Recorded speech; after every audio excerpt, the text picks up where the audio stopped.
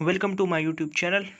आज हम डिस्कस करेंगे सैटर्न की third speech Paradise Lost book 1 में। तो ये स्पीच काफ़ी ज़्यादा मोटिवेशनल है। तो इस स्पीच में सैटर्न अपने साथियों को मोटिवेट कर रहे हैं।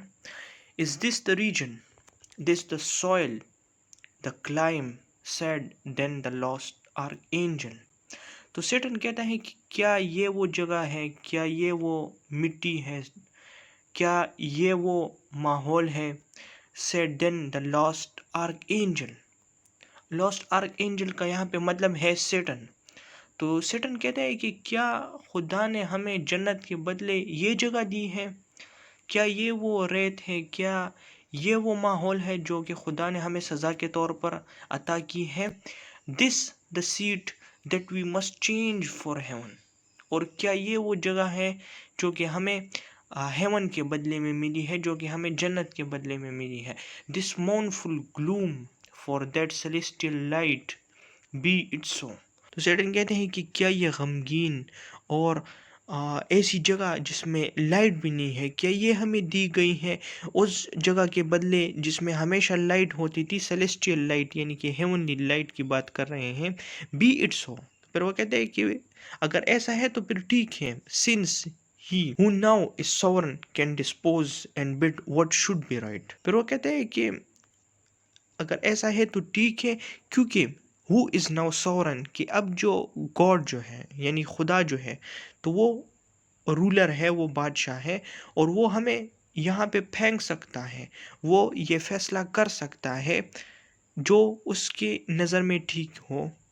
Farthest from him is best what reason has equaled, force has made supreme above his equal। अच्छा, अब यहाँ पे वो कहता है कि फॉरदेस्ट फ्रॉम हिम इज गुड, यानी कि हम जितना उससे दूर हों उतना हमारे लिए अच्छा है। हुम रीजन हैज इक्वल्ड। और फिर वो कहते हैं कि वो रीजनिंग में हमारे साथ बराबर है, यानी कि उसका ब्रेन और हमारा ब्रेन जो है तो वो एक जैसा है। Force has made supreme above his equal, लेकिन उसके पास पावर ज़्यादा है और उस पावर की वजह से वो हमसे ज़्यादा सुप्रीम है। आल दो कि उसकी जो रीजनिंग पावर है वो हमसे ज़्यादा नहीं है, वो हमारी बराबर है।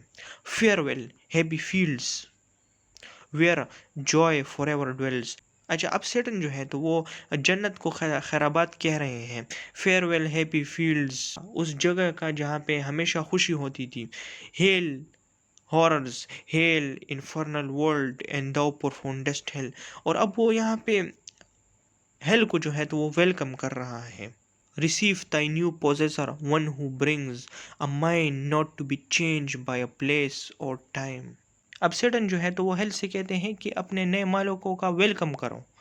One who brings a mind not to be change by place और टाइम। और वो कहता है कि मेरा जो ब्रेन है वो नहीं बदलता बाय प्लेस और बाय टाइम, यानी कि अगर जगह बदल भी जाए और वक्त गुजर भी जाए लेकिन मेरी सोच जो है वो हमेशा सेम रहेगी।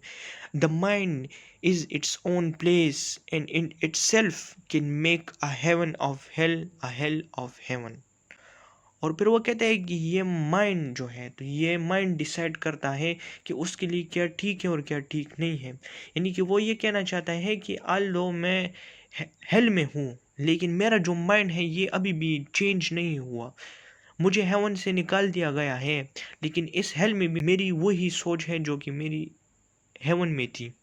What matter where if I still be the same. और फिर कहते हैं कि इससे क्या फ़र्क पड़ता है, मैं तो वही हूँ, मैं तो चेंज नहीं हुआ।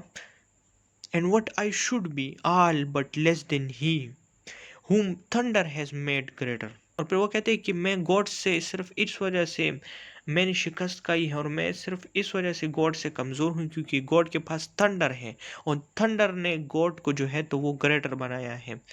Here at least we shall be free, the Almighty has no built here for his envy. और फिर वो कहते हैं कि यहाँ पे जो है हम यहाँ पे गॉड से महफूज रहेंगे और उसकी जो एनवी है, जो जेलसी है, वो हम तक यहाँ नहीं पहुँच सकती। Will not drive us hence, here we may reign secure and in my choice.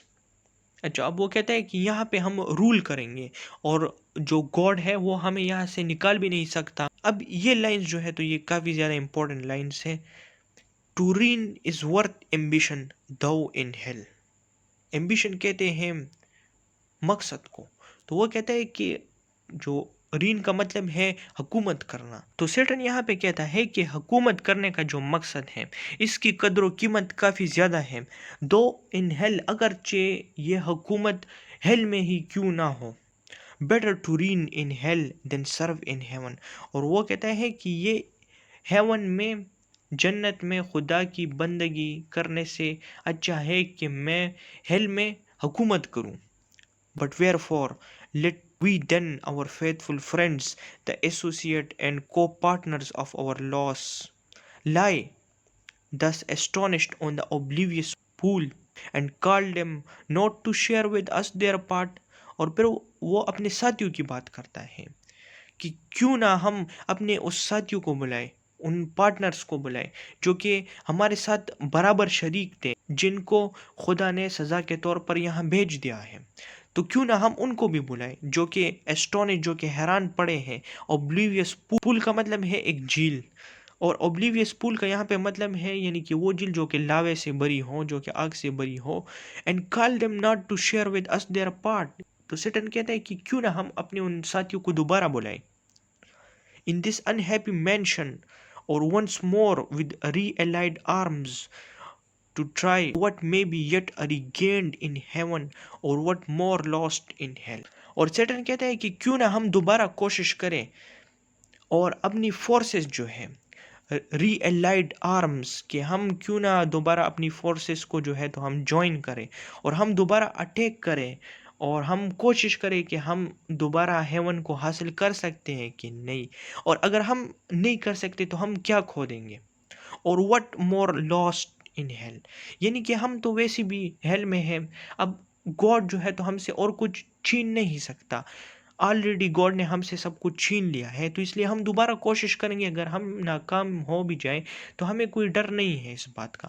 तो ये एक काफ़ी ज़्यादा मोटिवेशनल स्पीच है सेटन की, और इसकी लाइंस जो है तो ये काफ़ी ज़्यादा इंपॉर्टेंट है। Thanks for watching my video. If you have any difficulty then ask in the comments. Please subscribe and share my videos. Thank you.